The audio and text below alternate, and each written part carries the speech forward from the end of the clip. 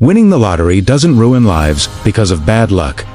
It ruins lives because of human psychology. In fact, the same mental forces that keep people poor before the win are the ones that destroy them after it. Tonight, you'll see why sudden wealth is more dangerous than no wealth at all. Before we begin, if you want documentaries that explain money, power, and psychology at the highest level, subscribe now. This channel isn't about motivation, it's about understanding how wealth actually works. Now, let's begin. The moment a lottery winner realizes the numbers match, their brain does something extraordinary. It doesn't calculate, it doesn't plan. It doesn't assess risk. Instead, it floods the nervous system with chemicals designed for survival, not strategy. Dopamine surges, cortisol spikes, and rational thought quietly steps aside. This is the first problem, and it happens before a single dollar is spent. Human psychology evolved to handle gradual change. Our ancestors adapted to slow improvements in food, shelter, and safety over generations. Not overnight. Sudden wealth shows that process. The brain treats a massive financial windfall the same way it treats a life-threatening event, with urgency, emotion, and instinct. The body reacts first. The mind follows later, often too late. Most lottery winners describe the early days as unreal. They feel detached from their surroundings, unable to sleep, overwhelmed by decisions they never expected to face. This state is called cognitive overload. When the brain is forced to process too many high-stakes variables at once, it defaults to familiar patterns. And for most winners, those patterns were formed long before money entered the picture. Before the win, their financial identity was simple. Earn, spend, worry, repeat. Money came in small amounts and left just as quickly. There was no need to think long-term, no incentive to build systems, and no experience managing abundance. Overnight, that identity collapses, but the brain doesn't replace it with a new one. It clings to the old.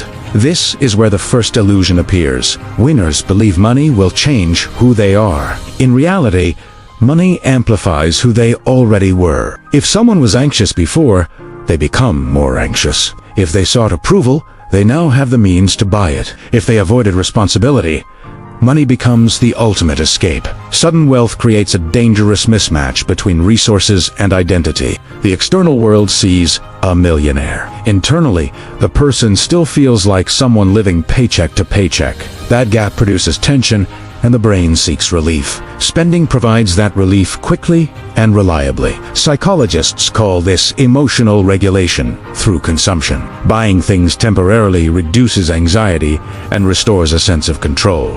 For lottery winners, spending isn't about luxury. It's about stabilizing a nervous system that feels under attack. Each purchase becomes a way to ground themselves in a reality that suddenly feels too large. At the same time, another force activates: social pressure. The moment a win becomes public, relationships change. Friends reconnect. Distant relatives appear. Strangers offer business ideas. Requests multiply faster than the winner can process them. Saying no feels cruel. Saying yes feels generous. And generosity feels good. The brain rewards generosity with dopamine, especially when it brings social approval. Every check written to a friend, every gift to family reinforces the behavior. What feels like kindness, however, is often avoidance. Avoidance of guilt, avoidance of confrontation, avoidance of redefining boundaries. Most winners don't realize that boundaries are a skill, not a personality trait. They were never required to develop them before. Money forces the issue instantly. Without boundaries, wealth leaks through emotional cracks rather than financial ones. Then comes lifestyle inflation, but not in the way people imagine. It isn't yachts and mansions that do the damage first, it's commitments. A larger home means higher taxes. New cars mean maintenance. Helping others becomes expected, not occasional. Fixed expenses quietly rise until the winner's monthly obligations resemble those of a small corporation. Here's the psychological trap. Once a higher lifestyle becomes normal, the brain resists losing it more than it values gaining it. loss aversion takes over. The fear of going backward becomes stronger than the desire to move forward. At that point, even a large fortune begins to feel fragile. This is when stress replaces joy. Winners start monitoring balances compulsively. They become suspicious of advisors, anxious about markets, and defensive around loved ones. The money that was supposed to bring freedom now creates vigilance, and vigilance is exhausting. Under stress, decision quality declines. People become impulsive or Some winners swing between reckless spending and extreme hoarding. Others chase high-risk investments, believing they need dramatic growth to sustain their new life. Ironically, this often accelerates the collapse. Another factor quietly working against winners is the absence of meaning. For years, work provided structure, identity, and purpose. After the win, that structure disappears. Days lose shape. Goals blur. Without something to work toward, the mind searches for stimulation. Spending, gambling, and risky ventures fill the void. Money doesn't provide purpose.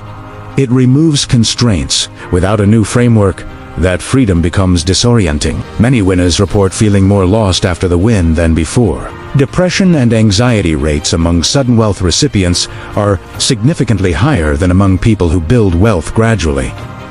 Gradual wealth teaches lessons slowly. Sudden wealth teaches nothing at all. There is no learning curve, no feedback loop, no time to develop discipline. Mistakes are expensive, but the pain is delayed, which makes them easier to repeat. The final psychological blow is isolation. As trust erodes, winners withdraw.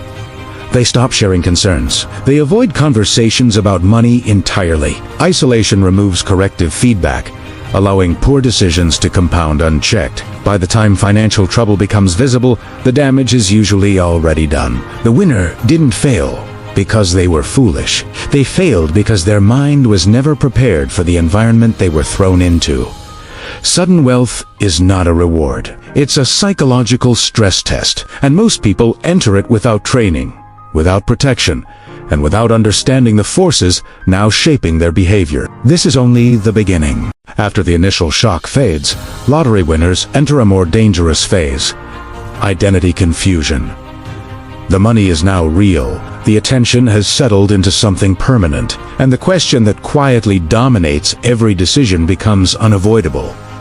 Who am I now? This question sounds philosophical, but its consequences are practical and severe. Identity is not a label.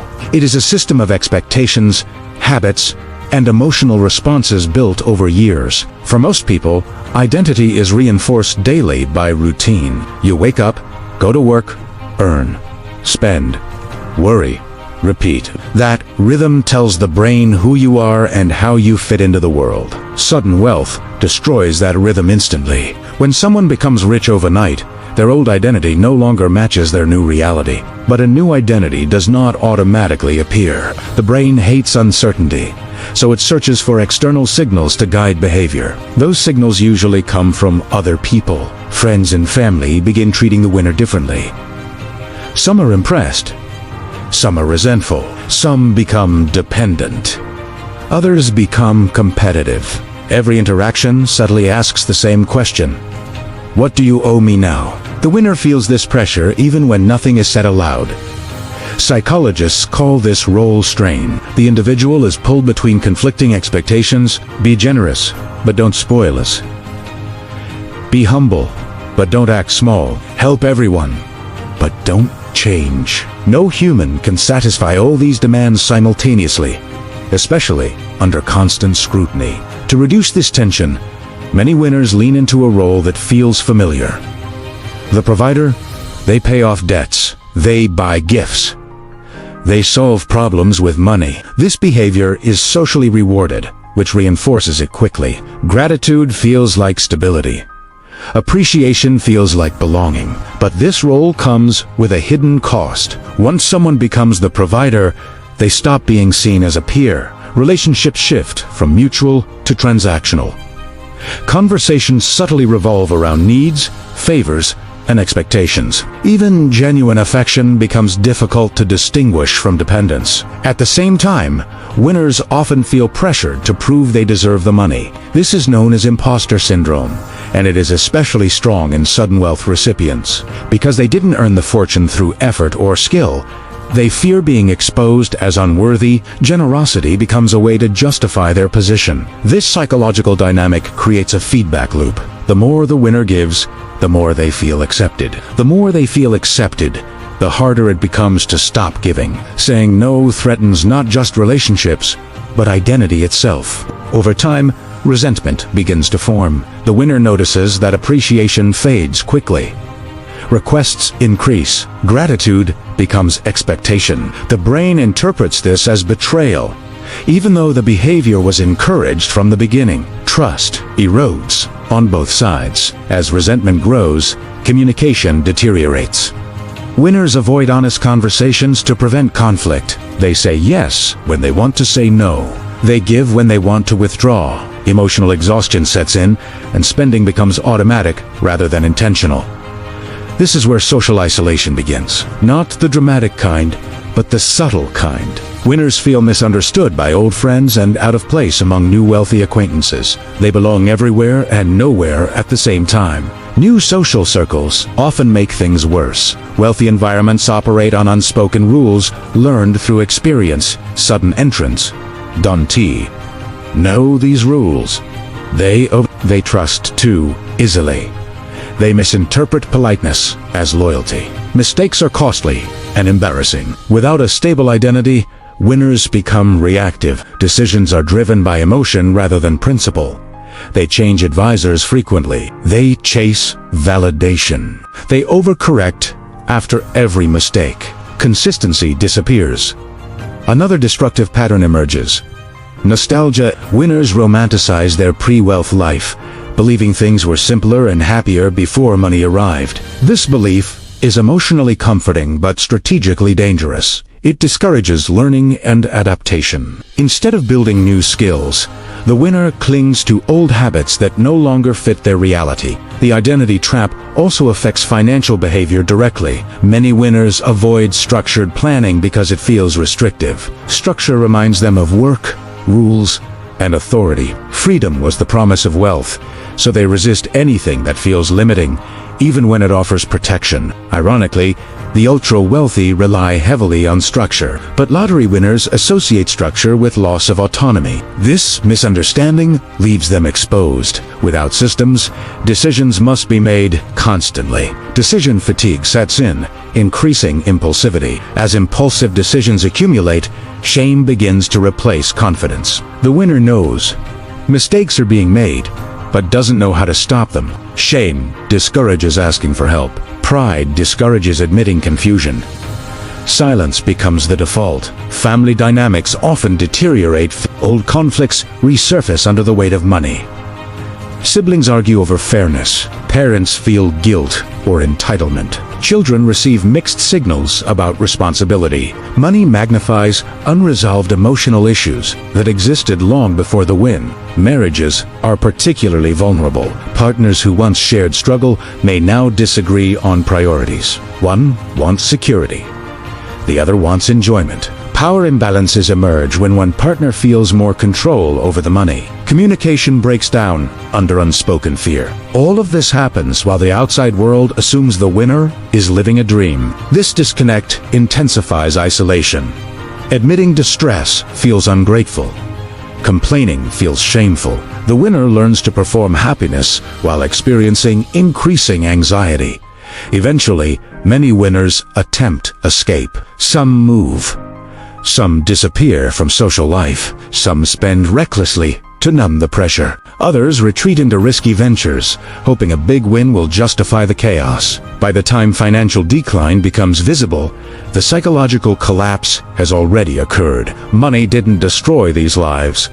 Identity confusion did. The inability to redefine self-worth, relationships, and boundaries under sudden abundance proved more damaging than any bad investment. Lottery winners don't lose everything because they lack intelligence. They lose everything because identity cannot be upgraded overnight. Without guidance, support, and deliberate reconstruction, the old self remains in control of a radically new environment. And an outdated identity is the most expensive liability of all. Once identity begins to fracture, financial collapse accelerates through a second force: lack of financial literacy combined with dangerous advice. This is not about intelligence. Many lottery winners are smart, capable people. The problem is that modern wealth systems are complex, predatory, and optimized to extract value from those who don't understand them. Sudden wealth creates urgency. Winners feel pressure to act quickly. Money sitting idle feels wasteful. Advisors appear immediately, offering certainty in a moment of confusion. Banks, brokers, lawyers, distant relatives, and friends of friends flood in with solutions. Each promises protection, growth, or simplicity. The winner lacks a framework to evaluate these offers. Before the win, financial decisions were small and familiar. After the win, stakes increase exponentially. But decision-making skills do not scale at the same speed. This mismatch creates vulnerability. One of the most common mistakes is trusting the wrong incentives. Many advisors earn commissions, not outcomes. Their income depends on movement, not preservation. Complex products sound sophisticated and safe, but complexity often hides risk. The winner interprets jargon as expertise and confidence as competence. Another issue is over-diversification without strategy. Winners are often told to spread it everywhere. They invest in real estate, startups, businesses, funds, collectibles, and speculative ventures simultaneously. On the surface, this looks prudent. In reality, it fragments attention and accountability. Without clear oversight, small leaks go unnoticed. Fees accumulate, projects underperform, partners mismanage funds. Because each investment represents only a fraction of the total, problems feel tolerable until they compound into catastrophe. Budgeting disappears almost immediately. Winners stop tracking spending because it feels unnecessary. This removes the most basic feedback mechanism. Without feedback, behavior drifts. Lifestyle inflation accelerates quietly. Fixed costs increase until they exceed sustainable limits. Many winners underestimate longevity risk. They assume the money will last because the number feels enormous. But spending scales to income perception, not mathematical reality. A few large purchases feel harmless. Ongoing maintenance, taxes, staff, insurance, and upgrades slowly erode capital. Taxation is another silent destroyer. Winners often misunderstand tax obligations, especially across jurisdictions. Poor planning leads to penalties, forced asset sales, or legal disputes. Money is lost, not through spending, but through ignorance. Emotional spending plays a significant role. Purchases are not just financial decisions, they are emotional responses. Gifts replace boundaries. Luxury replaces self-worth. Experiences replace stability. Each purchase provides temporary relief from pressure, but reinforces long-term instability. Business ventures are especially dangerous. Winners believe owning businesses equals control.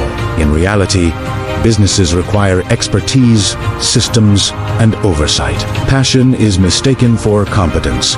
Friends are trusted as partners without contracts. Losses are rationalized as learning because winners rarely experienced high-level failure before early losses are dismissed. The brain expects recovery because money feels infinite. By the time patterns emerge, capital is already compromised. Debt often enters the picture unexpectedly. Credit is easy when wealth is visible. Loans feel strategic rather than risky. Leverage amplifies losses when investments fail. Winners are shocked to discover they owe money. Despite starting rich, another critical failure is lack of a cooling-off period. Ultra-wealthy families impose mandatory waiting periods before major decisions. Lottery winners rarely do. Immediate action feels empowering, but patience is the most valuable asset they never learn to use. The absence of a trusted, independent advisor is fatal. Winners either rely on too many voices or isolate entirely. Both extremes remove accountability. Without someone whose only incentive is preservation, mistakes go unchecked. Legal structures are often ignored or poorly designed. Assets are held personally instead of through trusts or entities. This exposes wealth to lawsuits, divorce, and poor decisions. Once legal damage occurs, recovery is difficult and expensive. Children are frequently overindulged without education. Money becomes entitlement instead of responsibility. This creates generational instability almost immediately. Instead of building a legacy, winners fund dysfunction. As stress increases, avoidance replaces engagement. Winners stop opening statements. They delay decisions, they hope problems resolve themselves. This psychological shutdown accelerates decline more than any single bad investment. Media attention worsens the problem. Public perception pressures winners to maintain appearances even when finances deteriorate. Pride prevents downsizing. Shame prevents asking for help. Silence becomes survival strategy. Eventually, advisors withdraw. Friends disappear. Bills remain. What once felt like abundance becomes anxiety. The winner looks back, unable to pinpoint where things went wrong. The collapse feels sudden, but it was gradual and predictable. This pattern repeats because financial systems are not designed to protect sudden wealth. They are designed to reward experience, patience, and structure. Without these, money flows outward. The tragedy is not inevitable. Winners who survive long-term do three things differently. They pause, they learn, they build systems before spending. They treat money as a tool, not a solution. But most never get that chance. The combination of identity collapse, social pressure, and financial illiteracy overwhelms them before adaptation occurs. Lottery winners don't fail because they were careless. They failed because wealth arrived faster than wisdom. And in finance, speed without structure is fatal. Money amplifies who you already are. Without preparation, it magnifies weakness faster than strength. And when the system finally settles, what remains is not a lack of money, but a lack of protection. At the end of every lottery story, there is a question people rarely ask. It is not how did they lose the money, but why did the money fail them? Because money, by itself, is not protection. It is exposure. It magnifies behavior, accelerates consequences, and removes the margins that once forced discipline. Sudden wealth does not create a new life. It removes the old one without providing a replacement. The human brain evolved to manage gradual change. Promotions, raises, and slow growth allow identity to adjust. Sudden wealth skips this process entirely. One day, limits exist. The next day, they vanish. Without limits, there is no reference point. Without reference points, decision-making becomes unstable. Most lottery winners believe the danger lies in spending too much. In reality, the danger lies in misunderstanding what money actually does. Money does not create clarity. It removes friction, and friction is what keeps most lives balanced. When friction disappears, impulses become actions, desires become decisions, emotions become financial events. Without systems to slow these processes down, chaos feels like freedom until it becomes exhaustion. The winners who collapse fastest are not reckless. They are reactive. They respond to pressure instead of designing structure. Every choice is made to relieve discomfort in the moment rather than protect stability over time. Sudden wealth introduces permanent uncertainty. Who can be trusted? What is genuine? What is safe? These questions never fully disappear. For people untrained in managing uncertainty, money becomes a constant psychological threat instead of a resource. This is why many winners feel poorer with more money than they did before. The stress increases as resources grow because responsibility expands faster than understanding. Every decision feels irreversible. Every mistake feels amplified. Wealth also isolates. Old relationships no longer fit. New ones feel conditional. Without belonging, people seek meaning through consumption, generosity, or control. None of these provide lasting stability. Over time, the winner begins to chase normalcy. They want life to feel simple again. Ironically, they attempt to buy simplicity, which only adds complexity. More assets require more management. More gifts require more expectations. More visibility requires more protection. Eventually, money becomes a burden they are unequipped to carry. Contrast this with families who maintain wealth for generations. Their advantage is not intelligence or morality. It is passing. Their wealth arrives slowly, wrapped in rules, education, and constraints. They learn before they control. They observe before they decide. These families treat money as a system, not a prize. Spending is governed. Access is staged. Authority is earned. Mistakes happen within controlled environments, not under global scrutiny. Most importantly, wealth is never allowed to define identity. Identity comes first. Money serves it, not replaces it. Lottery winners experience the opposite. Money becomes identity overnight. Without preparation, this identity collapses under pressure. The lesson is not that sudden wealth is evil. It is that wealth without structure is unstable. Just as speed without control leads to crashes, money without discipline leads to collapse. Surviving wealth requires boring decisions, delays, boundaries, education, silence. These qualities feel counterintuitive in moments of excitement, which is why they are rarely chosen. The winners who succeed long-term almost disappear. They move quietly. They pause for years before changing their lives. They hire professionals who say no more often than yes. They limit generosity. They create distance between impulse and action. They understand that wealth is not about access. It is about restraint. This is the core psychological truth most people never learn. Money does not fix instability, it reveals Italiano. It does not remove fear, it exposes Italiano. It does not guarantee freedom, it demands responsibility. When people say money changes you, what they really mean is that money removes the consequences that once guided behavior. Without those consequences, people drift toward their unexamined patterns.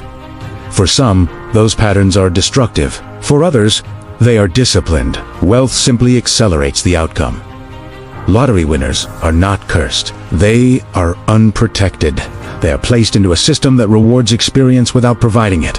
The result is predictable. The real tragedy is not financial loss. It is psychological collapse. Many winners report regret, anxiety, and isolation long after the money is gone. They are left with a memory of freedom they could not sustain. This is why sudden wealth stories feel tragic instead of aspirational. They reveal an uncomfortable truth. Most people are not prepared for unlimited choice. Choice requires identity. Identity requires stability.